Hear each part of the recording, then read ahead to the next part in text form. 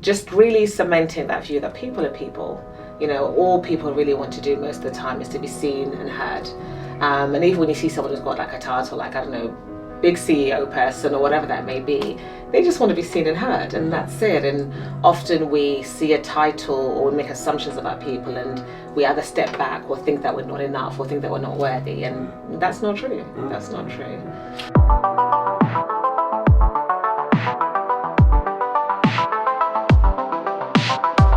Hello everyone, and welcome to this week's episode of Against All Odds.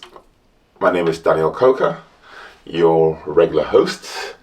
And in our studio today, we have my friend Aggie Mutuma. Did I get the pronunciation right? Perfect. I'll add the Yemurai, which is my middle name as well. Okay, so Aggie Yemurai Mutuma. Perfect. Aggie is a leadership coach, and then she's a public speaker, and also the CEO of Mahogany Inclusion Partners. And she has an amazing journey, which she's going to share with us today. Aggie, thank you very much and welcome to Against All Odds. Thank you, and thank you for having me. Thank you for having me. Aggie, would you like to share with our viewers your journey from Croydon via Zimbabwe, via North London, to where you are now? Absolutely. So what would you like? Just the factual, what happened? Give us all of the full spiel. Oh my goodness, I'll be here The for full days. spiel. all the juicy bits. I can speak for Zimbabwe and England. So, okay, no worries. So started life in Croydon, a Mayday hospital, as you just sort of shared just now. And I don't really remember my roots in Croydon at all, because obviously I was a baby. I very quickly moved to Zimbabwe and lived with both my grandparents and grandmothers, really. So moving back and forth between the south of Zimbabwe, so Bulawayo, and then the north, Harare. Yeah.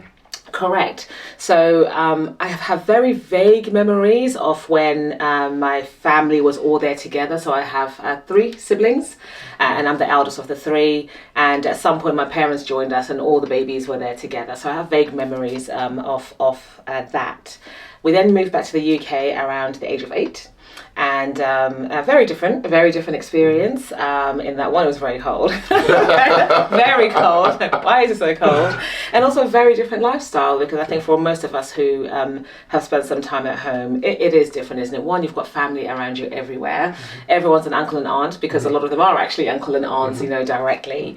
And also lifestyle was quite different. My parents both had significant roles, so chief human resource officer and also chief financial officer for a huge food group in Zimbabwe. So home, we had a very huge house, pool in the front, exactly. Yeah, people helped us. We call them Sisi and Budi, which means big sister, big brother, is what we called them. But we didn't worry about anything really. Everything was done, and everything was done for us. Then moving to the UK, and the first thing that strikes you is, like I said, the cold, but also just why is it so small? Why is everything so small? And that sort of strikes you straight away.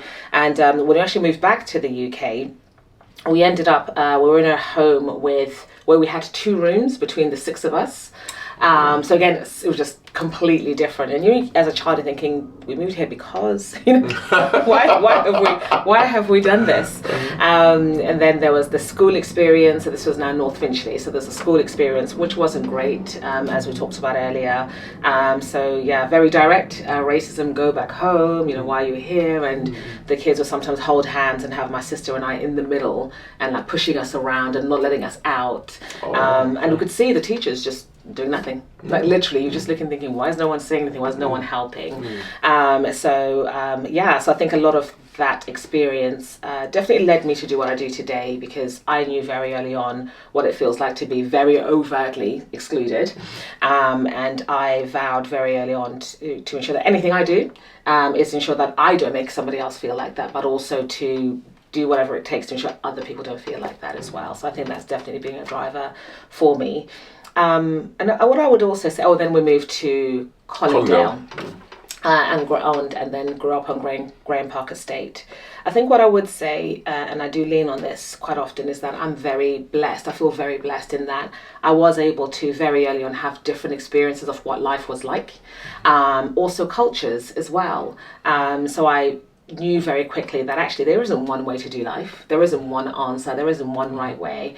And even now, there are so many things I love about my Zimbabwean culture, and some that don't quite work for me. I'm not going to say they're not great, because they work for others, and that's okay. They don't quite work for me. And the same with the English or the Western culture. There are many things that I love about the culture, but also some things that don't work for me as well. So I think when I think about inclusion and just my approach to life generally, I think those formative years of seeing life in different ways and lived in different ways, successfully lived in different ways, definitely helped me with that. Where was I? Graham Park. So I grew up in Graham Park Estate, which is a council estate, and again, lots of beautiful people who I'm going to say potentially felt as though they had limited choices, and I'm using those words very intentionally. Yeah. I don't think they had limited choices necessarily, but they certainly felt like they had limited choices. So I don't really spend time with anybody that I went to school with anymore, because they made very different choices. And I don't know if it was my upbringing, having seen life in Zimbabwe, I don't know what it was, but for me, my choices were always around just doing the right thing, really, and being a good person. And for whatever reason, I'm not sure why, but I've always been quite strong in terms of not following the crowd. So simple things that seem like simple things now, maybe, such as smoking. All my friends smoked, and it was the cool thing to do back then. And I just didn't see the point. Why? Why are we putting this smoke thing inside us? Yeah. No, thank you. So I've never even touched a cigarette. I've never even tried one ever. And people and my friends would try the peer pressure thing. But you're supposed to be a cool person, and you're cool. I'm like, I'm cool because I'm cool. I'm not cool because of whether I smoke or not. Yeah, maybe a little bit of, self-love and self-confidence there. Yeah. And then even things such as like when it came to like boys and things like that, I had lots of friends who were boys. Like we got on really, really well, because I love women and I loved girls at the time, but I found girls slightly difficult sometimes because they cared more about makeup and the hair and, a little bit catty sometimes when we were growing up, and that just wasn't me. So lots of friendships, but then in terms of, being into boys, I never was. I was like, no thanks. They're not that great. Yeah, so there's that. And then where was I? So Graham Park, and then went to university, with the University of Hertfordshire, studied engineering. Wow, that's interesting. I didn't know that. Yeah, I know. No one really tends to until I tell them. Yeah. It seemed like a great idea at the time when I was 18, but yeah, no, I'm not an engineer. Although I will say that I do still have an engineer mindset in that problem solving. So it's all about design, not backward design, what's it called? Reverse engineering. Okay. So I'm always thinking, right, what are we trying to achieve? Let's figure that out first. Where are we going? What are those principles? What's really important about that end result? Now, how do we go back and then deliver that? So I've still got that mindset, and I apply that to so many things as well. Okay. I feel like I've said enough, but I don't know if I have. Yeah, sure. So, one of the things that we spoke about before we came on camera was the fact that your parents, obviously, I go to Zimbabwe every year, and Zimbabwe that's another story for another day. A country with so much potential, so much potential, and life is just a challenge for most people. Yeah. Simply because of the sanctions, the corruption, broken down systems. Everything's just dysfunctional. Yeah. I've never seen a more dysfunctional society that people have to survive in. So obviously your parents moved here, and you did mention that they were your mum was a finance person, your dad was an HR, but then your mum moved here, and then she had to retrain to become a nurse. That's right. Yes. What did that experience teach you? I don't know if I necessarily thought about it at the time. Because for me as a child, it was, she's got a job. That is it really. And whether I would have understood finance and what that even means, or even understood what a CFO was, probably not. I do have vague memories of going to her office. So I was quite ill sometimes as a child. I had all these allergies and things. So sometimes I'd be off school and I'd go and be in her office. I remember those pieces, but whether it really connected or not, probably not at that age, but definitely now, or more recently as a grown up, definitely I've had some real reflections on that, because life wasn't easy, and I'm still figuring out how to tell that part of the story while respecting everybody in it as well. But yeah, Mum had a stressful time. She had a really, really stressful time, and I can't imagine being where I am now and then having to go and retrain in a different role. And also, if you imagine 30, 40 years ago, the racism that she experienced. I mean, she talks about having people spit at her. She talks about having people saying, oh, I'd rather die than have this not very kind word towards black people look after me or touch me.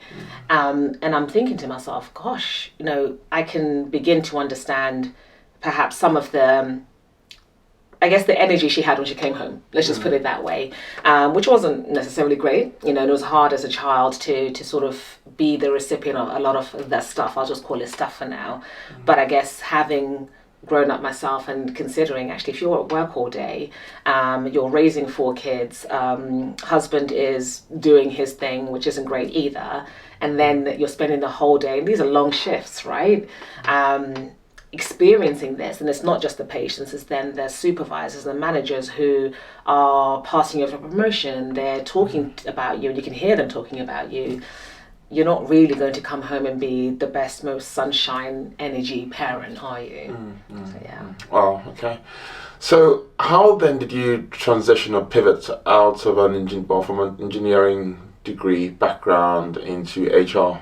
Yeah. Eventually end up as an HR director and all that kind of stuff. Yeah. And engineering was an interesting choice.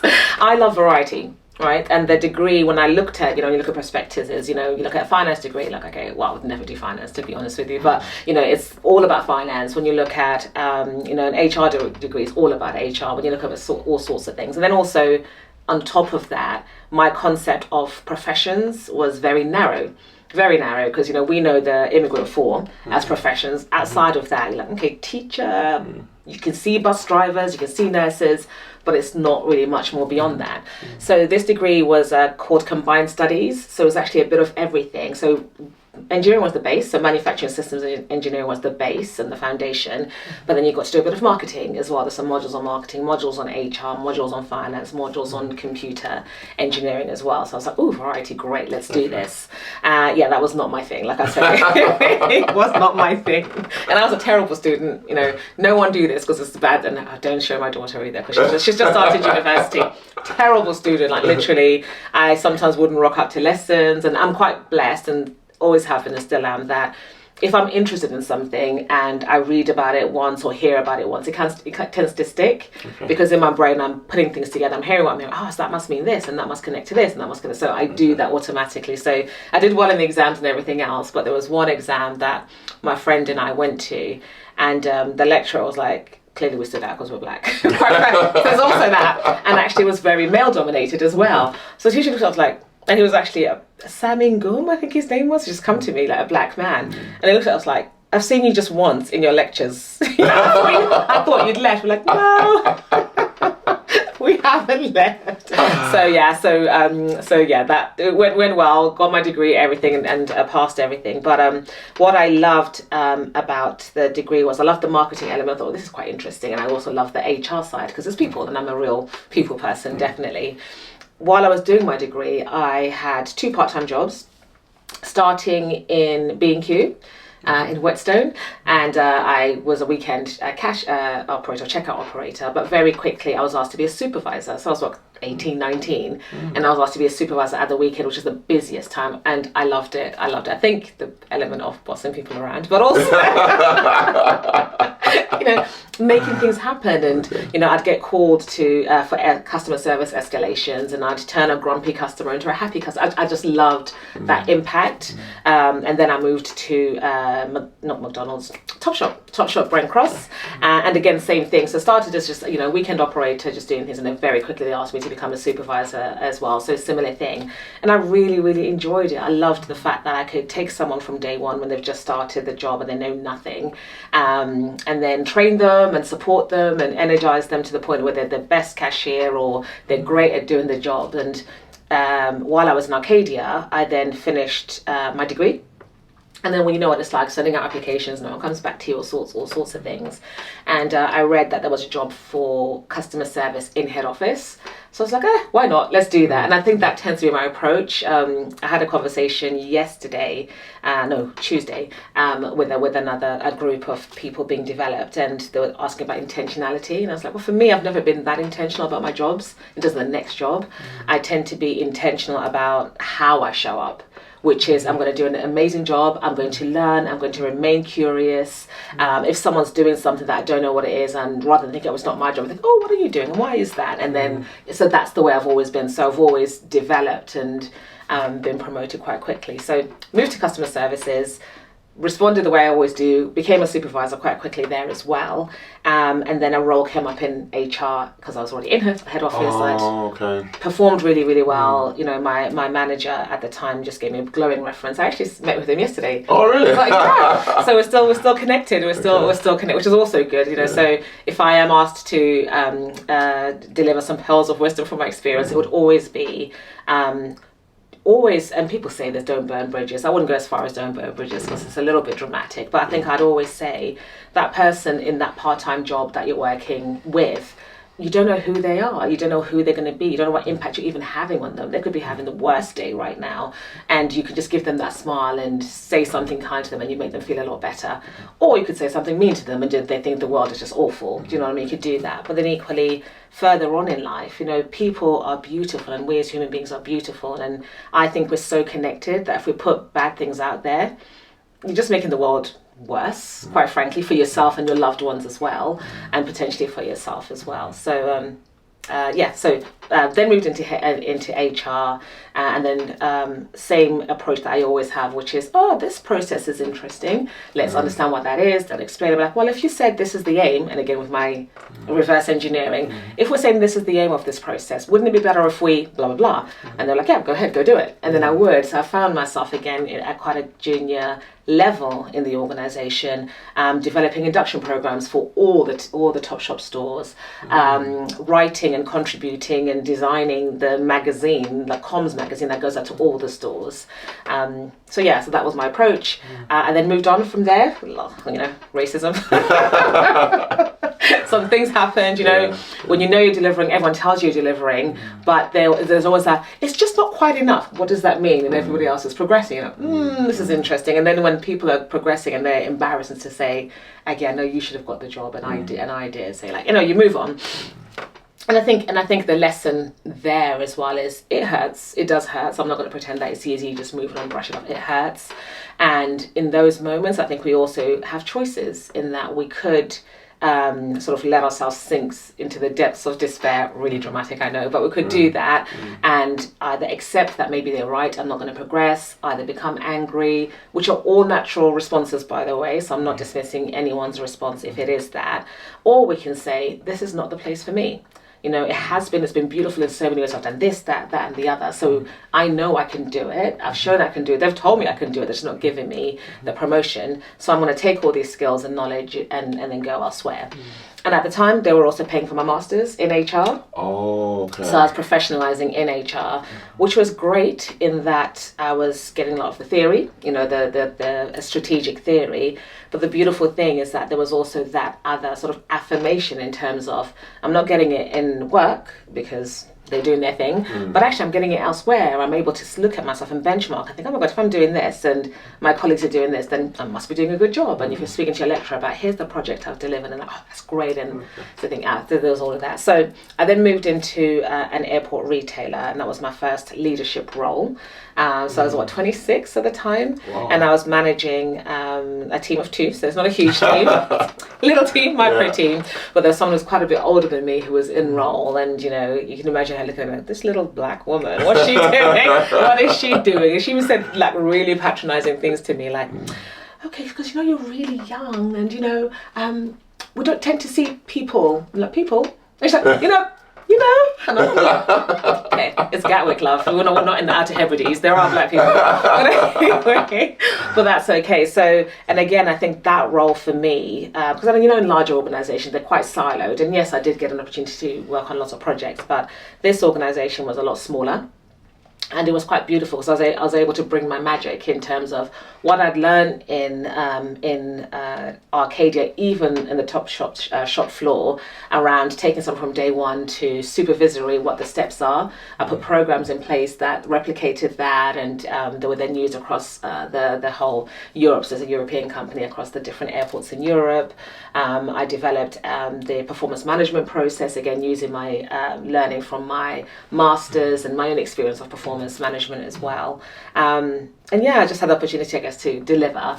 And then I got promoted there as well. Ended up in a regional role, traveling across the world, literally for different. Oh, beautiful! Loved it. I've never seen so many airports in my life. They're not that great, and hotels as well, not that great. However, I mean, I loved it. But then also, what I loved about it was that I was then engaging with people from different countries, so Amsterdam and France and all sorts of things, and just really cementing that view that people are people. All people really want to do most of the time is to be seen and heard.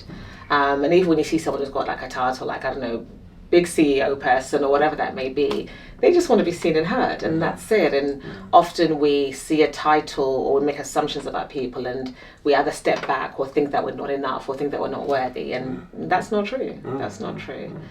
Yeah, that's quite interesting. So we actually met for the first time at an event that I think you organised, several months ago, and there was this energy about you, and obviously we connected then, and then tried to connect with you after that, and then we just bumped into each other by chance on the train, and we actually found out that we're actually neighbours. I couldn't believe it. Yes. Indeed. I was just like, I just couldn't believe it. I mean, it was just to turn around and to see, because, you don't often see people like us, at the train station. And coincidentally, you don't even happen to take that train that often, but you just happened to be on the train that morning. And it was really good connecting on that day. What is it about this energy that you have? You seem to have this positivity, this drive. I've never seen you upset. I've never seen you. You just have this energy about you. How do you maintain this energy? I've been asked that so many times, so many times. And I don't know, I think I've always been that way. And if I go back to childhood in England, so to Colindale, like I said, life was tough. Life was tough for lots of reasons, and home was not a happy place. However, in the moments when I guess mum wasn't there, I'll just say, put it that way, when there's just the four of us, the four kids, we had the best time. We'd be laughing and joking and doing all sorts of things. And then at school, I was still like this. And I think that for me, it's God. That's the only answer I have to that. I think the world is beautiful. I think people are beautiful. I think there's hardships, lots of hardships, but there's always something to be grateful for, always something to make you smile.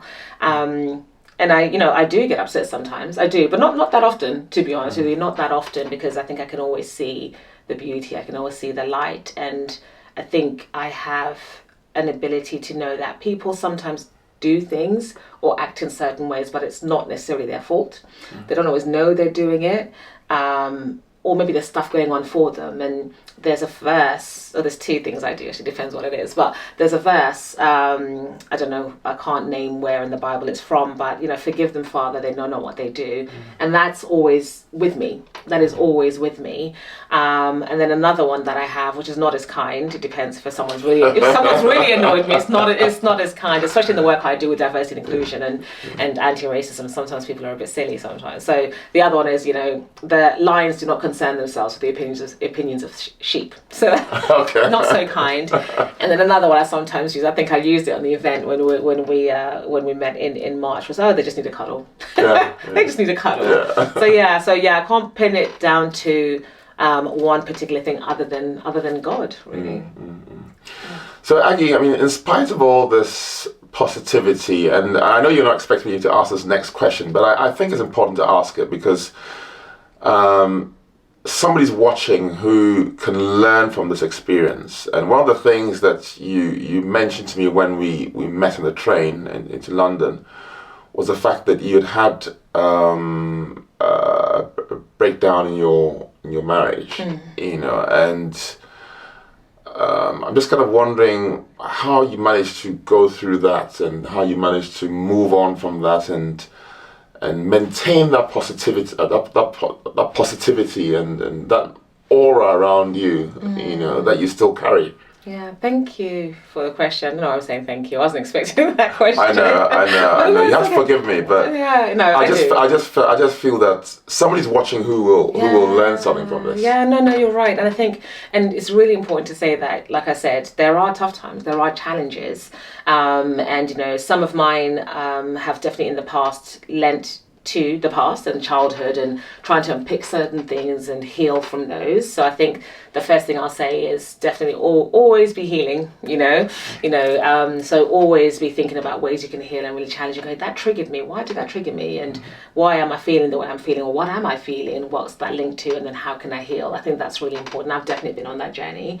And then in terms of the marriage breakdown, it was horrible. It was absolutely horrible. I had 2 children with my husband. I married the man for life. We'd actually been friends as well, so we'd been friends for absolute years before we even became romantically involved. And I laugh now because he used to sometimes come and see me when I was working in Topshop and say, oh yeah, why are you with this boyfriend, you're wasting his time, you're going to be mine. I'm like, no I'm not. No I'm not. He was clearly right and I was clearly wrong. Yeah. But so we were friends for a really, really long time with someone who I still hold very dear. We're on good terms. But just the idea of one being an African woman, for starters, and the whole idea of marriage. You've got to stick to your marriage. You've got to stay in the marriage. Like I said, I married him for life. My daughters, I didn't want them to grow up without their dad either, which I did for a large part of my childhood. I didn't want that for my children. I wanted them to have this immense love around them always, and I still absolutely advocate for the importance of both parents living in the home. I still advocate for that, even though that didn't necessarily happen for me, or it didn't end up happening for my girls. And then I still cared about him as a person, I still do. So there were so many different things that were at play, and I didn't have my mum in terms of in the way of being able to go to her for advice or ask her or to lean on her. It was all sort of on me. So it was horrible. It was a horrible time. But even in those moments, I was still able to smile and see the beauty in the world and know that I'm going to be okay, I suppose. And I think if anyone's in any, it doesn't have to be a marriage situation, or any situation that feels hard, and I've had hard times at work where I've literally been on Sunday night crying, thinking, oh no, I've got to go to work because of the experience I was having at that time. But again, deep down, I knew who I was. I know who I am.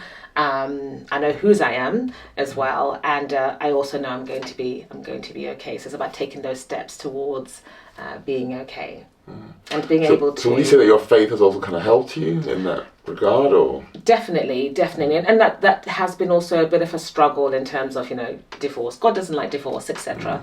But then what I also know to be true of God is that He wants us to be happy. He doesn't want us to be miserable. He doesn't want us to be in a place where the world seems awful or feels awful. He doesn't want us to be in danger. All these. I know all those things to be true as well. And yeah, my faith definitely helped me. And my faith isn't necessarily. It's not religious, I think is probably the best way to put it. So my faith isn't religious. I think for me, my faith is about what's in my heart. And yes, I do read the Bible, I do all of those things. But yeah, my faith is that relationship with God, and knowing that I'm held, knowing that I'm loved, knowing that I'm safe and I'm going to be okay. Okay, that's very reassuring. So in terms of what you do now, right, can you just tell our viewers a little bit about what you do practically? Yeah, sure. So I'll start with Mahogany Inclusion Partners. I'm the CEO of Mahogany Inclusion Partners. That means I lead the organisation, and what we do is support organisations to make their organisations more inclusive. So that could be anything from speaking with the top leadership team and having facilitated sessions with them around, diversity is not that scary. I can see why it's scary for you because of the way it's held, the conversation's held outside, and the way people point fingers and the cancel culture, all of those things. But actually, all we're talking about is those values you have on your website, are they true for everybody in the organisation? And if they're not true for everyone, who are they not true for yet, always hopeful, and then what can we do to make them true forever? That's essentially what we're doing, because one, it's the right thing to do, because we're human beings, it's the right thing to do. Two, because it'll make your business a lot better anyway, and three, because you have to, because of law. So that's essentially the type of conversation we have, and it kind of takes away some of the steam. We also develop strategies for organizations as well. So based on where you are now, this is where you need to go. We hold what we call safe space conversations, so really to get to understand what's it like to work in this organization, what's the culture, what's great, because let's not be deficit focused only, but also what's not so great yet, and how can we plug those gaps as well. We deliver training as well on diversity and inclusion, and I also coach. So we'll call it inclusion coaching. So I actually had a session just before I came in today, actually, where we've got a leader on a board of a large automotive organization. I won't name them necessarily, but that's their safe space as a white man to sort of ask questions and say, language, help me with language, or I'm not sure how to deal with this, or I'm not sure why everyone's up in arms about this, and why do we have to label each other, and all of these questions, and giving them an opportunity to be able to then lead their organizations inclusively, know what the right words potentially could be, but also hopefully create a better place for everyone. So that's one side. And that can be either inclusion in its fullest sense, could be racial equity programs as well, or gender equity programs. So sometimes we have programs where we have a group of women and we give them some education and take them through a journey. We also have the same for people of colour as well. I'm also a coach as well, in the fullest sense, a leadership coach. So I love this. I love this work because it just definitely makes my heart sing. And it's providing that safe space where someone can share their thoughts, their questions, their fears. They can unpick things where that they're not so sure about. And I love the fact that I can see someone go from, lacking in confidence, potentially feeling like an imposter, not knowing what their path is, to having that real clarity and walking in their fullness of who they are. Just because they've had those sessions and that safe space to really explore, get that compassionate challenge, because I think it's really important to challenge, but always with love. So I call it compassionate challenge. So, I can say, Daniel, you said you're going to do this last week and that you'd speak to your team member. Why haven't you done that yet? Let's talk about it. So it's those types of conversations. Also a public speaker. So events, small events, large events, online, in person, whatever that may be. If anybody wants to fly me to a hot place to speak, feel free to do that. The answer is yes. Yeah, the answer is yes. And then I also lead on Black Inclusion Week as well. Okay. Yeah. Okay. Yeah, you had a big program the last time we met. You had a big program. Was that the Black Inclusion Week? Yes. That's Tell us about that. Tell us a bit about that. Yeah, sure. So following the murder of George Floyd, I don't know what it was like for you necessarily, Daniel, but I think for a lot of people, certainly for me, I'm so dramatic when I say this, so I can't describe it in any other way. So I think I had a real low moment in terms of, oh my goodness, this man has just been killed in this horrible way. It was everywhere they could see it all over social media. And then the hardest part for me was my youngest was then 10 at the time, and I'd been very intentional about the school they went to. They went to a school called the King's School, which is in Harpenden, but it's sort of 80% black, Yeah, and I was very intentional about that because of the experiences I had growing up in the UK. And also my eldest went to nursery in Harpenden, and she came home one day and said she didn't want to be black because of something that someone had done to her. So school for me was very intentional. So my youngest was still in this school, and she was like, what's racism? Like, literally. And I was like, on one hand, I love that for her. I love that for her, that she got to that stage without even experiencing or understanding what it is. Even now, she's like, I don't think I've experienced it before. She's almost 15 now. And then she's like, well, people hate us because of our skin. And I was like, oh my goodness. It's a horrible lesson for my daughter to learn. So that was hard. But then back to Black Inclusion Week, for me personally, there was a real down moment. I don't know how long the moment was, but it was a moment. And then there was almost this phoenix rising out of the ashes, the drama. That's the drama piece. Like, it feels like this phoenix rising out of the ashes around, right, I'm going to do something about it. They're listening. I thought people didn't care, quite frankly. They're listening. They want to do something about it. They want to support. They're marching. Actually, let's do something about it. And for me, I've always been about being proud of who I am, proud of my blackness. And some say, why do you have to go on about it? Because we do. Because the media says otherwise. The toys and books we grew up around say otherwise. The things we're taught at school say otherwise. The way we're treated at work, why is your hair like that? Straighten your hair. All these things say otherwise. So we do need to come out with that overt pride. And that's what Black Inclusion Week is about. It's about, one, let's keep the conversation alive outside of Black History Month, which is beautiful for all its different reasons. Also, we need to talk about Black future. Also, we need to talk about Black current, not just Black history, but current future as well. And we need to talk about the part that each of us play in making that happen. So that could be organizations. What are they doing about it? So some of the events in Black Inclusion Week are about organizational practices. They're about data, so how to utilize your data to ensure that you're improving inclusion for Black people in your organization. They're also about allyship, organizations as allies and people as allies. And then there are also events for us as well. So us about it as a community. So last year we had one around financial inclusion, and we had really great conversations around our mindsets around money. A lot of us grow up being told that money is evil, but is it? I think people can do evil things, but money's innate. That bottle of water is not evil, but if someone does something bad with it, it can become. Also that piece around investment, if that's right for you, but definitely legacy. So a lot of the Black community, based on data, we don't have things like oh my God, I've forgotten the thing. We don't have a will, as an example, or we don't have life insurance, as an example. And these are ways that people build that financial security and legacy for their families. But a lot of us, the data says, don't have that. So that was a conversation around that. We had one around Black men. So, David and Shopper, who you've seen at the event, is one of a couple of others. Oh, Elliot was there too, actually. We're part of that conversation, and it was beautiful later to hear someone saying, I watched that event, and now I'm mentoring 3 Black boys. Like, the impact is just so beautiful. One for Black women, with lots of events. So for us, it's about how do we as people begin healing, because I think there's a lot of healing for us to do. So one of the events, like a for us by us thing, it was around self-awareness but also self-acceptance.